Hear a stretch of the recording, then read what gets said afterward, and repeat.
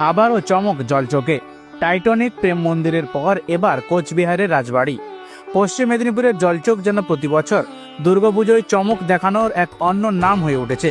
বাঙালির শ্রেষ্ঠ উৎসব দুর্গোৎসবকে কেন্দ্র করে বছরভর অপেক্ষায় থাকে আপামর বাঙালি। আর জলচোখের পুজো মানেই সারা জেলার মানুষের কৌতূহলের কেন্দ্রবিন্দু।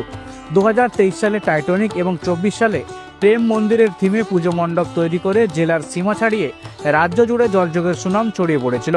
সেই ধারাবাহিকতায় এবার 2025-এর পুজোর নতুন বিস্ময় নিয়ে হাজির হতে চলেছে জলচোখ। এবারের থিম কোচবিহারের ঐতিহ্যবাহী রাজবাড়ি। ইতিমধ্যেই থিম মণ্ডপ নির্মাণের প্রস্তুতি পুরোদমে শুরু হয়ে গিয়েছে। সম্পূর্ণ কোচবিহারের রাজবাড়ির আদলে তৈরি হবে এবারের পুজো মণ্ডপ। রাজবাড়ির সূক্ষ্ম কারুকাজ, স্থাপত্য শৈলী, প্রাচীনত্বের গরিমা সবটাই ফুটিয়ে তোলার পরিকল্পনা নিয়েছেন উদ্যোক্তারা। এবারে এই প্রকল্পের বাজেট ধরা হয়েছে প্রায় 40 লক্ষ টাকা। পুজো উদ্যোক্তাদের তরফে জানানো হয়েছে, প্রতি বছরেই নতুনত্ব আনার চেষ্টা করি। এবারে কোচবিহারের রাজবাড়ির থিম শুধুমাত্র মণ্ডপের বাহারি সাজ নয়, বাঙালির ইতিহাস, ঐতিহ্য ও স্থাপত্যের প্রতি শ্রদ্ধা জানানো।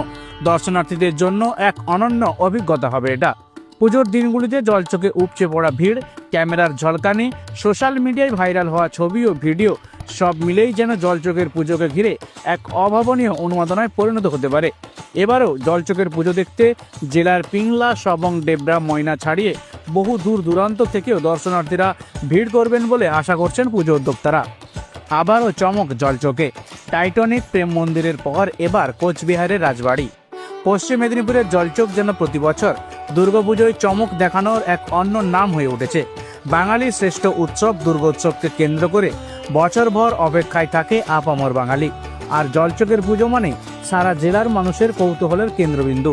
2023 সালে টাইটানিক এবং 24 সালে প্রেম মন্দিরের থিমে পুজো মণ্ডপ তৈরি করে জেলার সীমা ছাড়িয়ে রাজ্য জুড়ে জলচোখের সুনাম ছড়িয়ে পড়েছিল। সেই ধারাবাহিকতায় এবার 2025-এর পুজোর নতুন বিস্ময় নিয়ে হাজির হতে চলেছে জলচোখ। এবারের থিম কোচবিহারের ঐতিহ্যবাহী রাজবাড়ি। ইতিমধ্যেই থিম মণ্ডপ নির্মাণের প্রস্তুতি পুরোদমে শুরু হয়ে গিয়েছে। সম্পূর্ণ কোচবিহারের রাজবাড়ির আদলে তৈরি হবে এবারের পুজো মণ্ডপ। রাজবাড়ির সূক্ষ্ম কারুকাজ, স্থাপত্য শৈলী, প্রাচীনত্বের গরিমা সবটাই ফুটিয়ে তোলার পরিকল্পনা নিয়েছেন উদ্যোক্তারা।